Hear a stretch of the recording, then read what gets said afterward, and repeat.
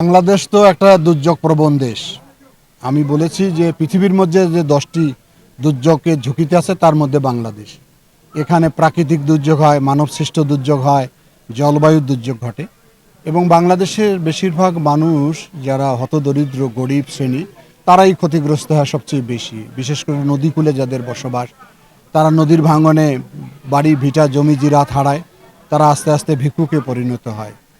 তো যেহেতু বন্যা আশ্রয় কেন্দ্র এটাকে আমরা বলতেছি, তো যখন এই অঞ্চলে বিশেষ করে পাশেই ধরলা নদীতে যখন বন্যা হবে, যারা আশ্রয়হীন হয়ে যাবে তারা এখানে আশ্রয় গ্রহণ করবে।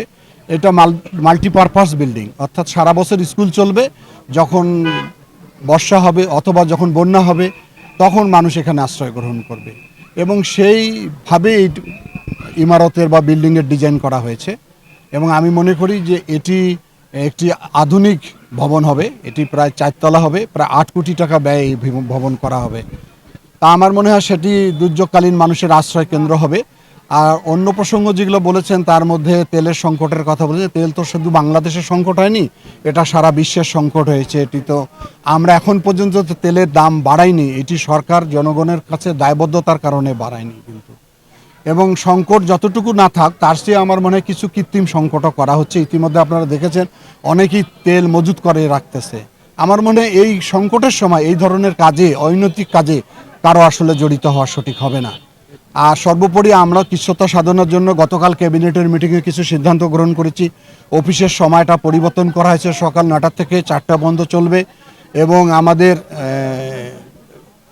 যারা জ্বালানির ব্যয় পেত সরকারি কর্মকর্তা বা জনপ্রতিনিধিরা, তারও 30% আমরা কমিয়ে এনেছি এবং আমাদের বিদেশ ভ্রমণ বাতিল করা হয়েছে।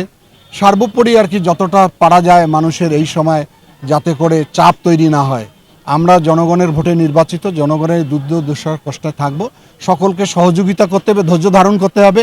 আমরা আশা করি শীঘ্রই যদি যুদ্ধ শেষ হয়ে আসে তাহলে এই পরিস্থিতির অবশ্যই উত্তরণ ঘটবে। আর সবচেয়ে বড় হলো যে এই যে ধরলা নদী, এটার উপর আমার একটা পরিকল্পনা আছে।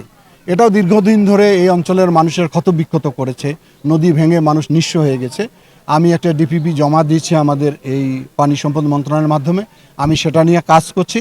এটা মগলহাট থেকে একদম বড়বাড়ি সীমানা পর্যন্ত দক্ষিণ তীর বাদ দিব আমরা প্রায় 350 কোটি টাকা দিয়ে।